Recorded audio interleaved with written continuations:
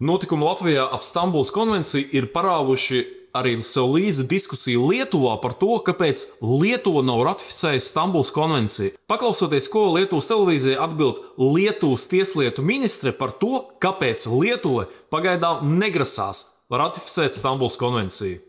Jautājums. Mēs zinām, kas notiek Latvijā. Parlaments nobalso par izstāšanos no Stambulas konvencijas. Tiesa, prezidents šo likumu ir atmetis atpakaļ, tāpēc Latvijas parlamentam būs tas vēlreiz jāizskata.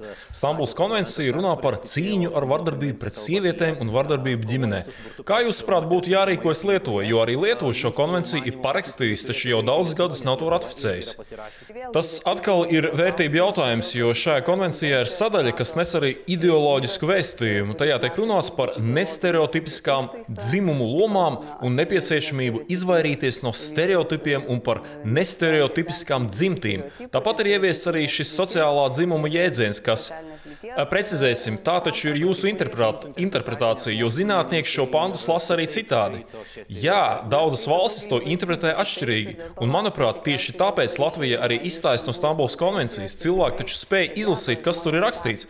Šie formulējumi izraisa daudz diskusiju, tā kā konvenciju nevar ratificēt ar izņēmumiem vai atrunām, tā jāpieņem pilnībā, tā arī izraisa šīs debates. No otras puses, protams, vardarbība un tās izpausmes mūsu sabiedrībā nav pieļaujamas. Mēs runājam par vardarbību pret sievietēm, bērniem, senioriem, cilvēkiem ar individualitāti. Lietuvā pastāv visa nepieciešamā sistēma, un tā ir jāstiprina. Gan preventīvie pasākumi, gan palīdzība cietušajiem. Manuprāt, Lietuvā jau šobrīd ir vairāk likumu un normatīvo aktu, kas aizsargā upurus un apkaro vardarbību, nekā paredz pati konvencija. Protams, sistēma joprojām ir pilnveidojama un stiprināma.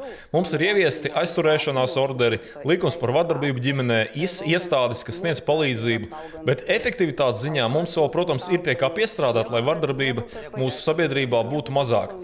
Bet kāda tad problēma, kāpēc Lietuva nevarētu ratificēt šo konvenciju? Atkal, nonākam pie tā, ka tas ir vērtību jautājums. Koalīcija ir partneri ar ļoti atšķirīgām vērtībām. Mēs cenšamies īstenot kopīgo valdības programmu, bet tieši tāpēc arī tika radīta mūsu piebilde pie līguma, norādot, ka dažās jomās mēs savas vērtības nevaram nodot. Norunāja un iztulkoja Roberts Žemaitis.